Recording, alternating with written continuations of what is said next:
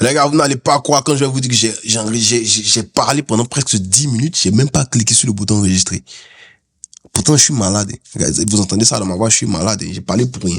Bref, bienvenue dans le débrief de Las Palmas contre le Barça, match qui se solde sur un score de 2-0. Et oui, le résultat, il était là. Oui, le Barça reprend la tête de la Liga. On est très content, quel que soit le résultat du Real Madrid. Demain, le Barça finira la journée en tête de la Liga. Je suis très content. Mettez oi en commentaire, vous êtes content aussi.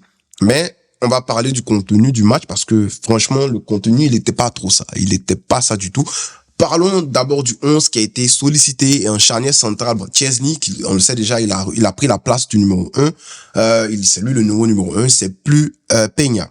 Alors, on ne sait pas, est-ce que dans la tête du coach, quand Szczęsny arrivait, il y avait...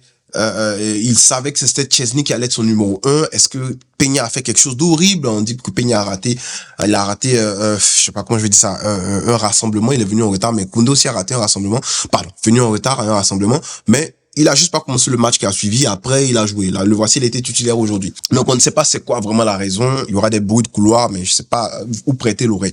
Eric Garcia, Koubarsi, qui sont en défense centrale, qui ont été sollicités pour la défense centrale. J'ai envie de dire que c'était bien. C'était une belle paire. On va revenir sur Eric Garcia tout à l'heure. Mais à part ça, c'était une belle paire. Baldé aussi, Baldé, il évolue. Franchement, Baldé, il évolue. Là, je veux directement parler de lui parce que le match de Baldé, en fait, je l'ai trouvé bien. J'ai trouvé bien. Bon, souvent, il faisait les montées, il ne recevait pas le ballon. On va dire pourquoi. On va essayer d'expliquer un peu avec quelques hypothèses pourquoi il recevait pas le ballon.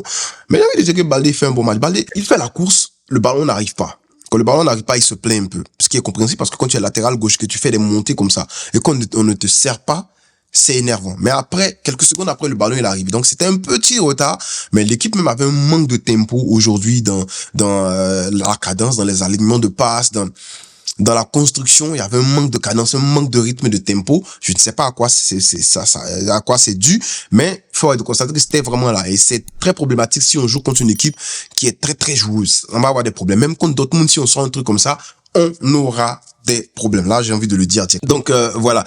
Baldé, pour moi, il fait quand même de bons matchs. Il fait de bons matchs. Ouais, il fait quand même de bons matchs parce que, Baldé, vous voyez, c'est pas le premier match j'ai critiqué beaucoup Baldé, mais je suis en train de constater que le petit est en train de mûrir.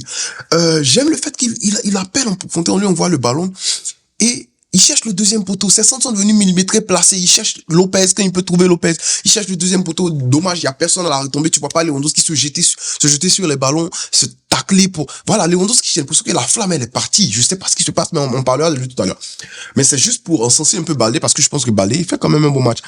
Casado, Pedri, un double pivot qui était super aujourd'hui, mais je pense que Casado était le meilleur. Pedri, il n'était pas dans son bon jour aujourd'hui. Malgré ça, il fait pas un mauvais match, hein, Pedri. C'est juste qu'il fait un match en dessous de ce qu'il a l'habitude de faire d'habitude. Souvent, on voit que l'équipe fait un mauvais match, mais Pedri est au-dessus de tout ce que l'équipe fait. Mais aujourd'hui, l'équipe a fait un bon match, une bonne première mi-temps, disons les 60 premières minutes, c'était pas bien du tout. Pedri n'était pas au-dessus de la mêlée. Il faisait un bon match. Il faisait un match correct, disons ça comme ça, mais il faisait pas un excellent match comme il a l'habitude de le faire. Il nous a habitués à de très bons matchs. Ouais, il a pas fait ça aujourd'hui. Mais ouais, tu peux pas parler parce que Pedri a l'habitude de sortir des masterclass. Et aujourd'hui, malgré que je pense que son match, il n'était pas excellent, un peu comme le match de toute l'équipe, mais Pedri, il fait quand même 3 longs ballons réussis sur 4. Pedri, il fait quand même 91 touches de balle, c'est-à-dire que tous les ballons passent par Pedri. Et voilà, je suis vraiment content de ça, mais Pedri, voilà, on a l'habitude de voir plus. C'est peut-être parce que le milieu était un peu remanié, parce qu'il avait joué la dernière fois avec Gavi et Frenkie de Jong, mais là, il joue avec Casado et Lopez qui a pas été bon aujourd'hui. Il n'a pas été en mesure de faire la connexion entre le milieu et l'attaque. Il a pas été en mesure de faire la connexion même entre les deux ailiers. Voilà, c'était problématique. J'ai l'impression que les 4 de devant, je parle de Lopez, Lamine Yamal, Rafinha et Lewandowski, ils étaient éparpillés, ils savaient pas quoi faire. Voilà, Lewandowski, Lamine Yamal fait une percée, il s'appuie sur Lewandowski qui est devant. Donc, Lewandowski va remettre le ballon pour Lamine Yamal, mais la façon dont il remet le ballon, j'ai l'impression qu'il veut tirer. Mais c'était bien vu, mais c'était mal exécuté. Les gars se cherchent aussi, Rafinha qui cherche Lewandowski, il le trouve pas. On envoie des ballons sur la tête de Lewandowski. Au deuxième poteau, Lamine Yamal envoie le ballon au deuxième poteau, c'est normalement pour les pieds de Baldé. Baldé crie à Lewandowski remis sur on ne sait qui. Voilà, c'était mélangé en première mi-temps. J'ai envie de dire que même Lewandowski, il était très nul, éclaté dans ce match. On va revenir sur lui parce que lui, c'est ma flop. Je vous dis direct. Lui, c'est ma flop. Dites-moi en commentaire pour vous, c'est qui le plus nul de ce match. Mais moi, c'est Lewandowski. Moi, je vais pas arrêter Lewandowski. Par qu'aujourd'hui, le simple fait d'avoir joué une mi-temps, fait que Robert Lewandowski va continuer d'une saison automatiquement avec le Barça. Voilà, une saison, moi je trouve que voilà, c'est la saison de trop. Parce que ce qu'il est en train de faire cette année-là, c'est chaud. Lewandowski, je t'ai déjà dit, si tu ne prends pas le Pichichi, que Mbappé vient prendre le Pichichi devant toi, tu vas m'entendre. Non, là, il ne va pas te rater même. Il ne va pas te rater. Donc, mauvais match des gars de devant en première mi-temps. J'ai envie de dire même que, bon voilà, parlons, première mi-temps, éclataxe. J'ai parlé de la première mi-temps. Éclataxe, pourquoi? Je pense que c'est parce que l'équipe a montré qu'elle était en manque de rythme. On avait un problème à enchaîner les passes. Et on jouait contre une équipe qui nous donnait de petits espaces. Et dans ces petits espaces, tu as besoin de quelqu'un comme Dani Olmo pour pouvoir faire la construction, pour pouvoir, voilà, t'as vu que même il est entré, il marque dans les petits espaces. Dans des matchs comme ça, je pense que Dani Olmo, c'est inévitable. Tu as besoin de lui. Mais le simple fait qu'on est en train de manager ses minutes à cause de ses blessures répétitives, ça explique un peu pourquoi on ne l'utilise pas. Je comprends ce qu'ils sont en train de faire. J'ai lu qu'ils étaient en train de lui donner un programme à la Pedri pour le remettre sur pied, pour le renforcer musculairement, pour ne plus qu'il fasse comment je peux dire, pour plus qu'il fasse des rechutes et tout.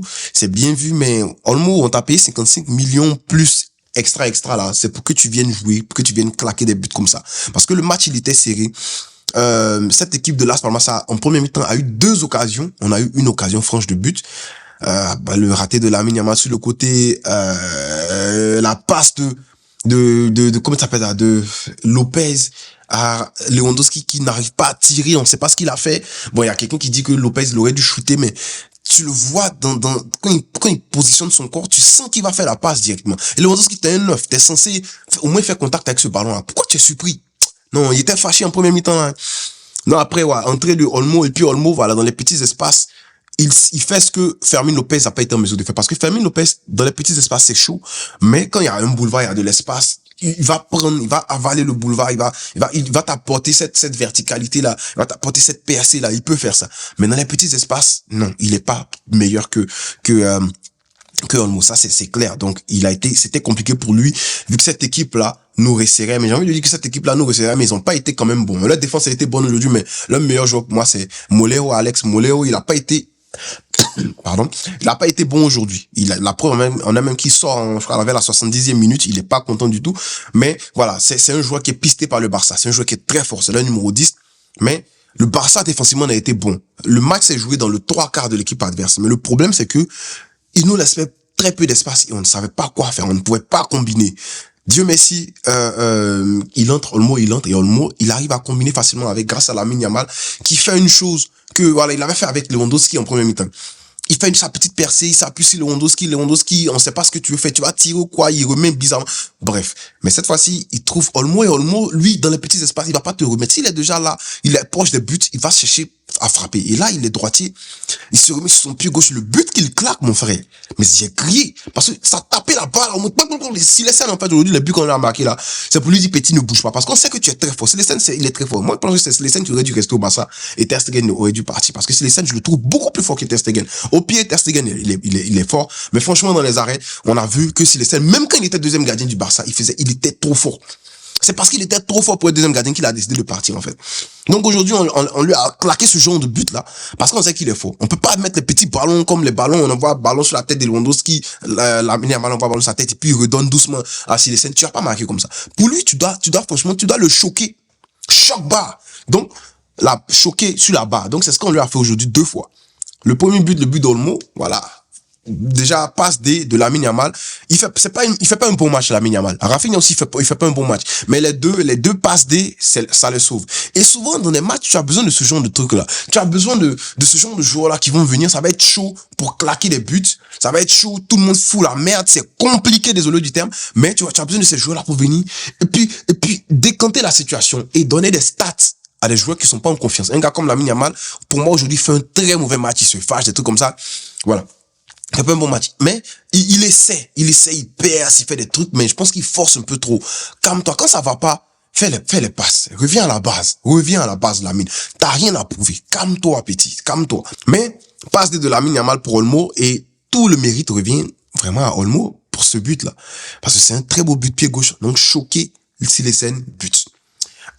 Après ça, il y a les ratés, il y a des occasions qu'on peut marquer. Il y a des passes ratées. Il y a plein de petits trucs comme ça que le Barça peut comment je vois, on peut faire quelque chose, mais on ne fait rien. Et il y a eu ce penalty. Je sais pas ce que les arbitres essayaient de voir, mais nous tous on était à la maison, on a vu qu'il y avait hors-jeu. Je sais même pas pourquoi. Ils ont essayé tout ce qu'ils pouvaient faire. En fait, ils ont essayé de faire tout ce qu'ils pouvaient faire pour trouver quelque chose là pour siffler penalty. Mais toi, Eric Garcia, fais attention. Parce que toi, moi, j'ai confiance en toi. Ta saison là, tu es en train de faire une très bonne saison. Je crois que c'est le premier buteur du Barça en 2025, un truc comme ça. T'es en train de faire une très bonne saison. Mais il faut faire gaffe. Parce que ça là, bon, il a pas fait exprès. C'est juste que j'ai envie un peu de parler sur lui, quoi. Mais voilà. Beau tacle. Dans l'intention, c'était bien. Il vient, il ferme, il protège son gardien et tout. Mais voilà, le bras décollé. Donc, ça a failli être penalty. Mais avant ça, même s'il n'y avait pas au jeu, avant ça, le joueur de l'équipe adverse, le joueur de Las Palmas, il touche le ballon de la main. Donc, voilà, il touche le ballon de la main. Donc, pour moi, s'il n'y a pas au jeu, il y a main de ceux-là d'abord avant qu'on vienne voir notre main. Donc, les arbitres, laissez-nous en paix. Voilà. Il y a rien à dire là. Il y a rien à dire. C'est clair. Déjà, bon alignement du Barça. C'est Balde qui a failli les couvrir, mais il est revenu très vite. Donc, bon alignement du Barça. Et après ça, il y a eu le deuxième but. Voilà.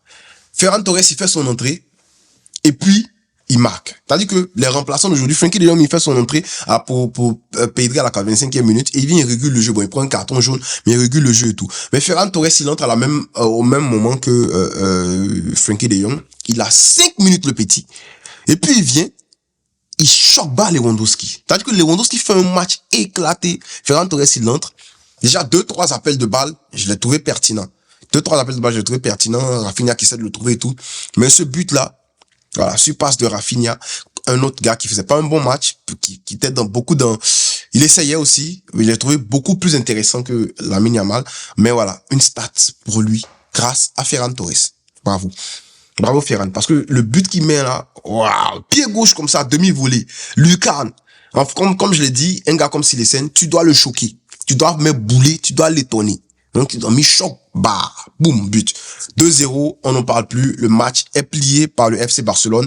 Et j'ai envie de dire que, pour moi, l'homme du match aujourd'hui, bon, on peut le dire facilement, Dani Olmo, mais j'ai envie de saluer le coach parce que il est pas entêté. Hansi Flick est tout sauf entêté. Parce que Hansi Flick, il le sait. Il y a quelque chose qui ne va pas. Il ne force pas sur ses décisions. Il ne force pas sur, je veux avoir raison, du coup, il faut que je laisse Fermin Lopez, du coup, non, il ne force pas là-dessus. Il remplace les gars au moment où il faut les remplacer. Et ça, c'est aussi parce qu'il a un bon banc. Il a quand même un bon banc et les gars entrent et puis voilà, ils lui redonnent la monnaie de la pièce. Dani Olmo, il marque.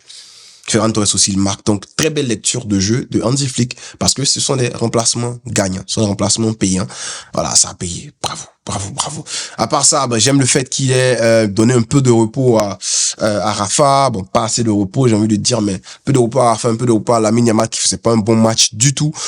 Mais voilà, le match, il n'était pas encore plié. Du coup, c'est compréhensible pourquoi il est garde sur le terrain. Dis-moi en commentaire, en fait, c'est quoi tu as pensé de ce match-là. Moi, c'était mon débrief. C'était un débrief qui était peut-être pas à la hauteur parce que franchement, je me sens pas bien actuellement, mais il fallait que je sorte un débrief parce que ça fait presque une semaine. J'ai pas sorti de vidéo, du coup. Merci de liker, de partager et on se voit dans la prochaine vidéo. Fisca ou El Barça.